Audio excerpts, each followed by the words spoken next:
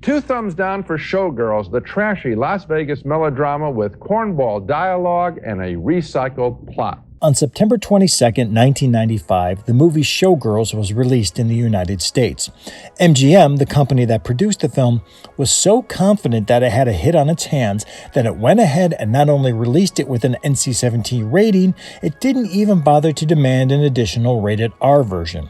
Despite many theaters refusing to show NC-17 movies, the company went ahead and released the film in 1,388 movie theaters, making it the only NC-17 film to ever be given wide distribution. In MGM's mind, Showgirls was a must-see movie that was going to hit big.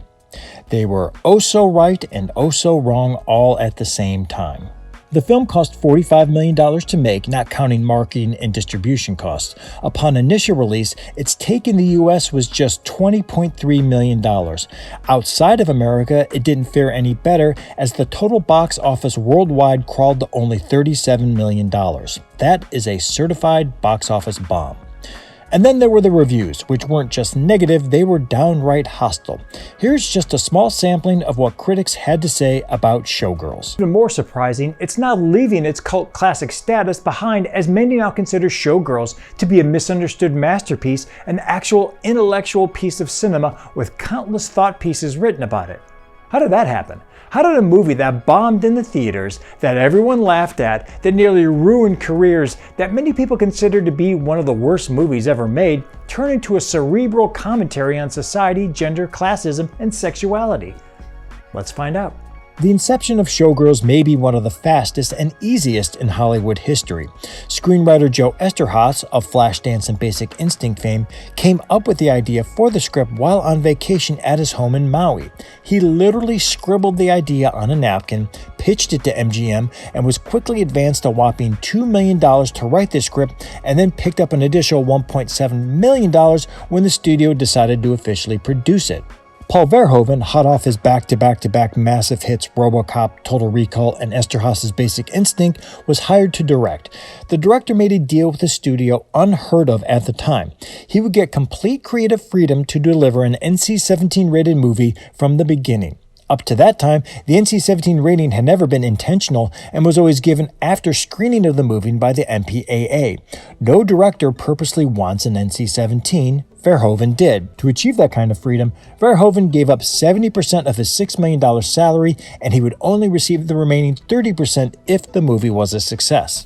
Verhoeven wanted Showgirls to be an over-the-top morality tale, populated with mostly amoral characters, using the city of Las Vegas as a metaphor for hypocrisy and extortion. After auditioning Pamela Anderson, Angelina Jolie, Vanessa Marcel, Denise Richards, and Charlize Theron for the lead of No Me Malone, the part ultimately went to Elizabeth Berkeley of Saved by the Bell fame. This was going to be Berkeley's first adult role and her first major movie, and the actor dove into the part, regularly working 16 hours a day in high heels while filming the dance scenes. Unfortunately, few cared how hard Berkeley worked on the role, because when Showgirls came out and bombed, much of the vitriol towards the movie was for the then 20-year-old actor's performance. As bad as the responses for the movie were, it was nothing compared to what people had to say about Elizabeth Berkeley's performance in the lead role. She was absolutely and really unnecessarily eviscerated. Owen Gleiberman, then of Entertainment Weekly, wrote, quote, "As an actress, Berkeley is, to put it mildly, limited." Janet Maslin of the New York Times described Berkeley as having a quote-unquote open-mouthed, vacant-eyed look of an inflatable party doll. Things got so bad for Berkeley that she was dropped by her agent after the film was released and couldn't even get a phone call with other prospective agents.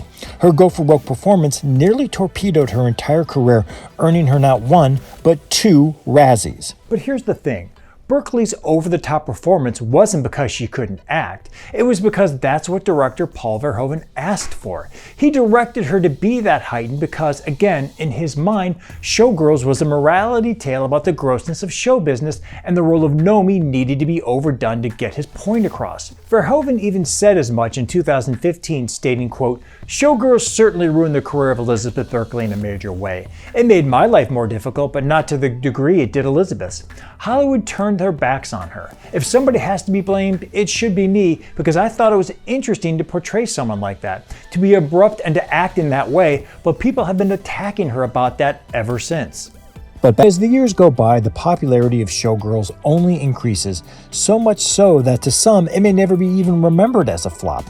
There was an off-Broadway musical adaptation, there's a crowd-funded sequel featuring several original cast members, there are not one, but two documentaries, Goddess, The Fall and Rise of Showgirls, and You Don't Know Me, that actually dive deep into the film's artistic merits and its importance in society in regards to gender, class, and sexual issues.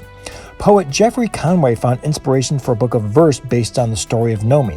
Even influential filmmakers such as Quentin Tarantino, Jim Jarmusch, and French film director Jacques Rivette have professed their appreciation of Showgirls. No small feat for a movie that once won 7 Golden Razzies. No single movie has seen its fortunes rise and fall as precipitously as Showgirls. We are officially at the point now where it no longer qualifies as original thought to say that Showgirls may be much better than most people have given it credit for.